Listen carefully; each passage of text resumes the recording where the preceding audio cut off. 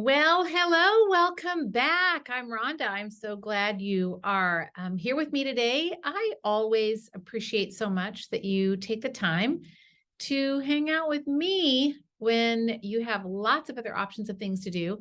I hear so much feedback from all y'all about listening while you're working, while you're exercising. And I keep hearing this consistent theme show up. And you're probably going to laugh, but I can't tell you how many people have said to me, what would Rhonda do? Or how would Rhonda do this? Or what would Rhonda think? Or how would Rhonda think? So I might be like an earworm. I don't know. I might be like an earworm. That's what y'all are telling me. But I guess that's a good problem to have. I'm just so glad that the information that I share here on the podcast is helpful for you because that's really my intention, my goal, and my passion is to help you be able to really grow and scale a business that works for you and help you become just an amazing clinician. So I love doing both and I'm pretty good at both, I have to say. So I just love sharing what I know to help you on both sides of the fence. So today, though, I'm going to talk about one of my favorite topics, and that is about marketing and marketing your practice. And after working with hundreds and hundreds and hundreds and hundreds of clinicians over the years, I've seen some pretty amazing things, like things that made my jaw drop when it comes to marketing. And I'm thinking, not in a good way, by the way, I'm thinking, oh my gosh, do you really think that's a good idea? But they're just, some people are just people. That's all I can say. So I'm trying to keep you from making those same mistakes and avoid those pitfalls because kind of been there, done that. So I really wanted to help you. So today we're going to talk about really how to create an effective marketing strategy. How do you be consistent? How do you show up consistently and make sure that your marketing is consistent across all of your channels? So, like I mentioned, I have seen practitioners, wellness practitioners, and they are literally all over the board. They're talking to everybody and solving nothing, meaning I'm going to solve all the world's problems. I'll help anyone. The line that always gets me on a website when I go to websites, and I look at so many websites, and the line that always gets me on a website is helping you, something to this effect, helping you achieve health naturally, or helping you live your best life, or even sick and tired of feeling sick and tired, I can help you. Well, I'm sick and tired of my dog barking. Is that what you're going to help me with? And I'm kind of sick and tired of my husband leaving his socks laying on the ground or whatever, right? What am I sick and tired of? Sick and tired. So people, when they are looking for a healthcare provider, especially a healthcare provider, they're looking for someone who can solve their problem. And I don't have a problem that's sick and tired. That's sick and tired is not my problem. My problem is I have headaches, or my problem is my joints hurt, or my problem is I'm bloated, or my problem is that I have PMS, or my problem is whatever it is. That's what we want to see. But when your marketing's all over the board, you're that person who's like trying to solve all the world's problems on your health problems on your website. And that's never a good idea. So when your website is not clear about the problem you serve, people will just keep on looking because they're looking for someone that they know for sure is going to fix their problem. I don't want a plumber that fixes everything. When I have a backed up toilet, I want to find a plumber that knows how to fix toilets. I don't care that the plumber knows how to put a drainage ditch somewhere or whatever. I don't even know if they do that, but you get what I'm saying, right? I don't care. I want somebody who can fix the problem. The other thing that I see is that, not only is the website not clear, but then there is no regular communication. So having a consistent marketing plan is keyword consistent or consistency.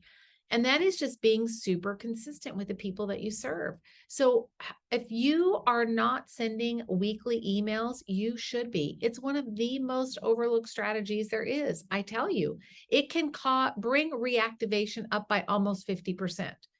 So it's huge, huge, especially if you haven't been doing it. You'll have people crawling out of the woodwork saying, oh, doc, oh, I haven't heard from you in such a long time. It's so good to hear from you. Maybe I'll come back in and, get an acupuncture treatment or have you work on my diet or fix my hormones or whatever it is. So having that consistent marketing. So I see all the time that practitioners don't have that. They also on their website or anywhere, social media, and even in an email if they're being sent. Often we don't have consistent marketing because we're not consistently clear about the action we want them to take. Meaning, do I want you to schedule an appointment? Do I want you to stop by my office? Do I want you to subscribe to my list? Do I want you to download my free thing? Do I want you to take my course? Do I want you to sign up for a challenge? What is it that you want them to do? People are looking for you to just tell them. So pay attention the next time you go to a website. Look at the language that those websites are using. A good website. You'll notice that they tell you, click here, do this, download the guide. It's always an action. It's not learn more. Well, I don't want to learn more. I just want you to tell me what to do. So take that bold, authoritative, position and tell them what to do. So that's another reason why marketing can be kind of sloppy and not inconsistent. Social media. This is one thing that just makes me crazy. So sometimes I'll look at someone's social media and it's all about them. I call it the doctor, dog, and pony show. And it's the doctor saying, well, I did this and I went here and I am that and I solved this problem and I. And it doesn't have anything to do with the people that they serve or about the commonality between you and me. It's like me saying that, I have I just taught a webinar and it was for a business coaching collaborative. And I said, I'm not anything special. I didn't get all the extra things. I'm not techie, like I'm not creative. I just don't have those skills. Definitely not an organized kind of person. So those are things that I'm not good at. So see, I tell you that, and if you are the not organized type, you're going to go, oh, she gets me. Oh man, I'm me neither. I'm not very organized either. Do you see how that creates commonality and it creates like a bond? And they go, oh, I like her because she's not organized like me. How does she do all this? She must know something I don't know about being organized. Or look at her social posts. Like they look pretty good. They're kind of creative. And she said she's not creative. So how does she do that? She must know something I don't know. And that's the kind of internal conversation that you want to start to promote with your ideal audience, meaning your patients, the people that are watching on social or visiting your website. You want them to be able to relate with you. We don't want social media that's all about, the me show. We don't want that. I want you to create those common points of connection. So if you're going to create a consistent marketing strategy, the first thing you got to do is we're going to do a quick evaluation. So before I give you some steps, because I really like myself a few steps, because I'm not organized, but if I have steps to follow, that helps me. I'm a checklist person. Here's the truth. You want to hear this? This is true. Sometimes I will add like I have a list of things that I want to accomplish. I do that every day. So I have a list of like my top 6 things that I want to accomplish in that day. Sometimes if I'm feeling like, don't tell anybody, but this is on a podcast. Oh my gosh, I can't believe I'm going to do this. Sometimes I put on the list something really obvious so I can check it off. Like go to the bathroom. Check, did that. Drink water. Check, did that. Because I love that feeling of like getting something done and checking things off my list. And sometimes Jamie and I laugh about that. She's my integrator. I'll say, sometimes I just add something just so I can check something off. And I feel very accomplished when I do that. It's just so dumb, but that's how I do. So when you're making your checklist about all the things, I'm going to give you 5 things I want you to consider. But before we do that, here's some things you have to put in perspective first. So you can go back and try and fix all that stuff that I just talked about. But if you don't have these key pieces in place, our checklist isn't going to work. Okay, you ready? Here we go. Number 1. You have to know the problem that you solve and the person you're talking to. Psychology and research shows us that people respond to something that's singularly speaking to them rather than a hey you. Or if you're in a room, let's think about it this way. If I'm in a room full of a crowded room full of people and I call someone's name, that one person, or maybe there's 3 people with that name, but they're all going to turn around. But if I just say, hey, everyone, how many people are going to turn around? Not very many. A few might. but not very many. But if I'm pinpoint in my messaging that I'm speaking to the heart and the soul of that one person, and I know you, I get you, and I'm going to solve your problem. So in my organized example, let's say I'm an organizer. Oh my gosh, Lord forbid, I could never do it. But let's just say I am an organizer and that's my superpower. I'm going to speak to all the people who are not organized because I get them. I'm like, I get you. I know how it feels when your desk is messy and you have stuff everywhere and you don't like it, but you don't know where it goes and your brain doesn't naturally organize a place for everything to go. And you need help like putting things away and knowing, setting up a system to know how to store things. I tell you this, friend, because that's me. Like that's my team all knows if we can't set Rhonda up so that she is successful in this organization department, we're all going to go down with the ship. They know this. And so they know how to speak my language because they're all really organized. So they know how to speak to me about this. So if you are going to talk to one person about the problem that you solve, you cannot be that person that says, I'm here to help you solve your problems naturally. No, no, no. You're going to be the bloating person, or you're going to be the PMS person, or you're going to speak to women over 40, or you're going to speak to women with hot flashes.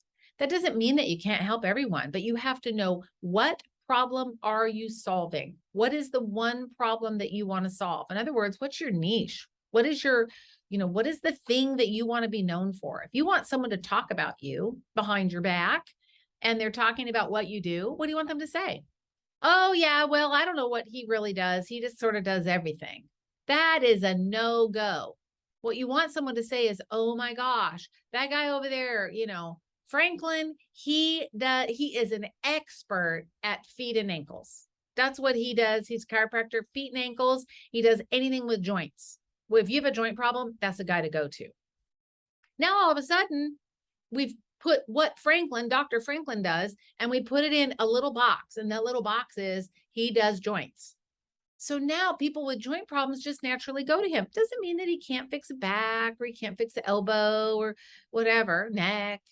But boy, everybody knows him as a joint guy. That's what I want you to think about. Like what problem do you serve? Who is that person that someone's talking about you behind your back and describing what you do, what would they say? What do you want them to say? And then start creating that narrative.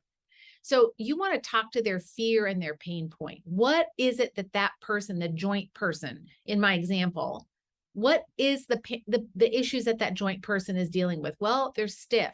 They can't go up and down stairs. They maybe don't feel like they can run with stability at all. Maybe it hurts them to stand on one foot. Maybe their balance is off. Maybe they, can't write anymore because they have such arthritic wrists and thumb joints. So what are their pain points? And then when you are thinking about consistent marketing, you're going to be talking about all of those pain points. You have to know them. You got to write those down. You got to know what those are. And then what action do you want them to take? I want you to really think about this. Do you want them to call you, schedule an appointment? Do you want them to text you? Do you want them to email you? Do you want them to join a Facebook group? Do you want them to take your challenge? Do you want them to download a free little mini course or whatever? What do you want them to do? But again, people want you to download this, call here, do this, take this action. People want you to tell them what to do. Once you say, look, I'm the joint person, here's what you need to do next. You're going to call and you're going to get on my appointment book. People are like, okay, I got joint problems. That's what I'm going to do next. They just want you to tell them what to do. And then you want to make sure that you have something to give them that is in exchange for their email. If you want to grow your practice, you've got to be able to give something of value to those joint people or the PMS people or whoever they are. You want to give something of value. What is the valuable thing that you can give them? So 5 ways to strengthen a joint when it feels weak.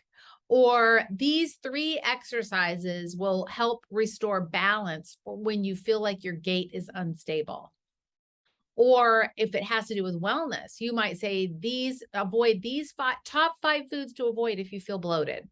Now, if I'm someone and I'm feeling bloated, oh man, I want that because I don't want to eat the foods that are going to make me bloated.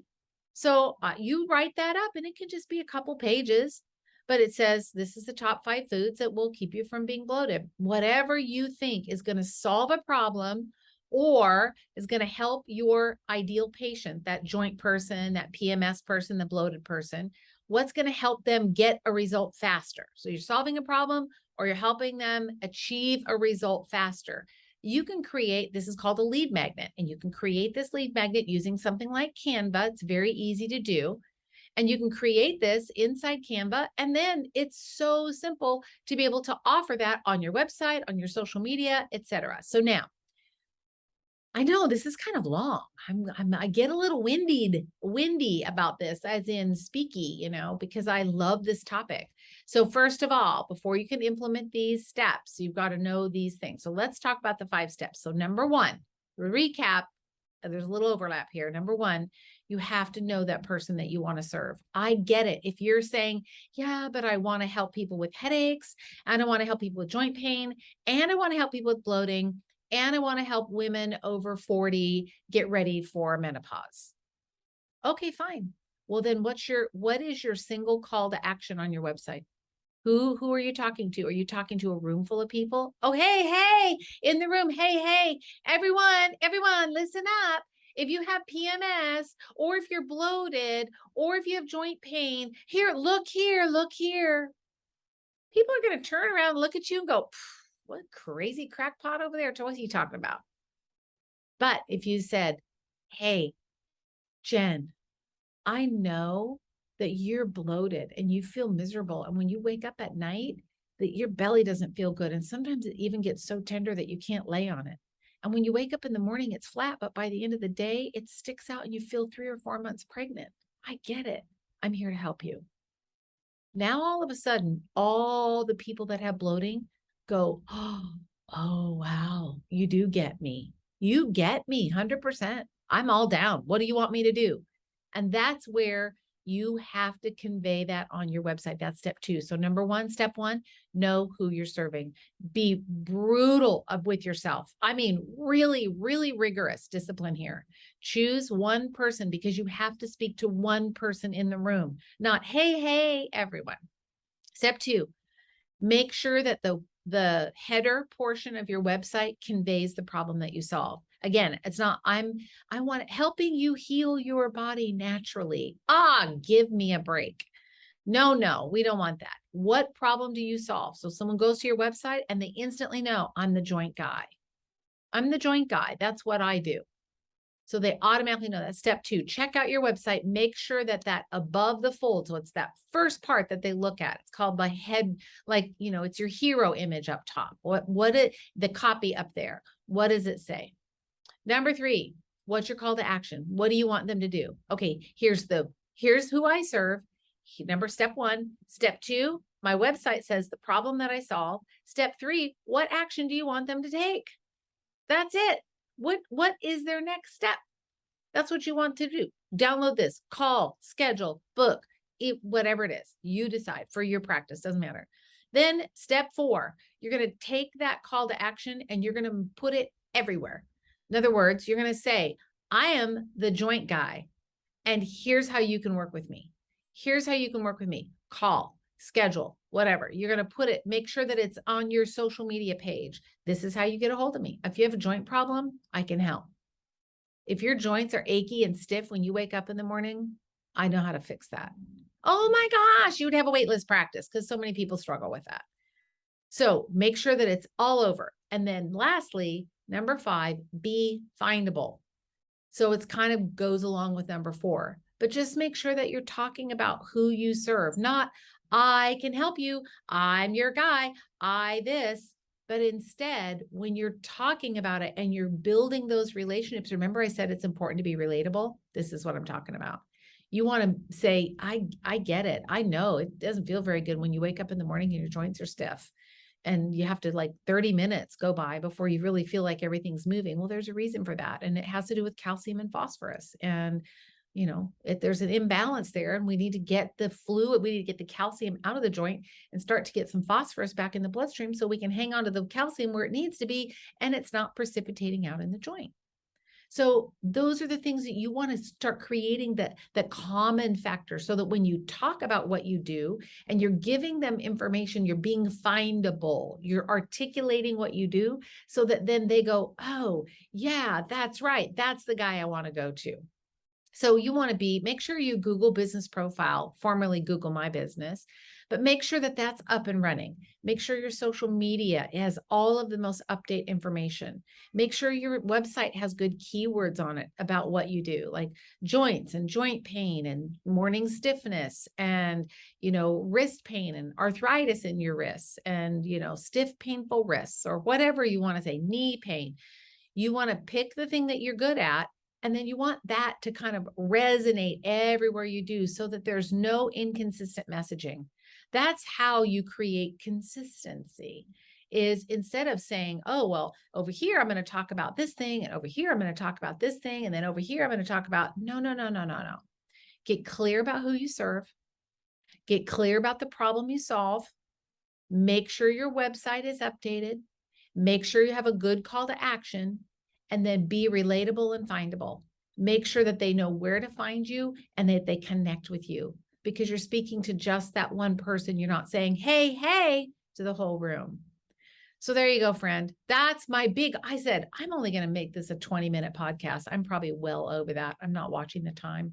So thank you for hanging out with me. And before I go, I just have to let you know, today is the last day. If you do want to join me inside Business Coaching Collaborative, today is the last day to join. So all you have to do is go to rondanelson.com/BCC, stands for Business Coaching Collaborative. And this is a 10-week coaching program where I am going to teach you how to transform your business.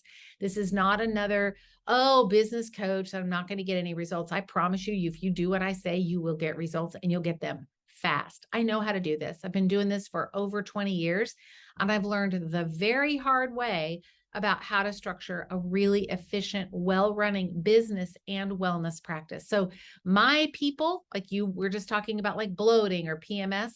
My people, as it has to do with this business growth, are practitioners who already have an existing practice. They already seeing patients. You already have an email list, and you're like, I'm just not making the amount of money I want to make, or I'm feeling frustrated because I know I can grow. I know I can reach more people. I just don't know how to make it work, or I'm so disorganized and my time management is terrible, and I know that that is keeping me stuck. I'm your girl. I know how to get you through all of those hurdles and hoops. So go to rondanelson.com/BCC. The enrollment window ends tonight, and we are only opening up a few cohorts of 10 or less. And that's so that I can just give as much attention as I can to everybody who is in that one particular cohort. So don't wait, because it's not coming back until next year. So anyway, thanks for listening. I really appreciate you being here. I know you have lots of choices about what you listen to and who you spend your time with, and I'm just always really grateful that you spend it with me. So, all right, my friend, much love. Take care. I'll talk to you next week.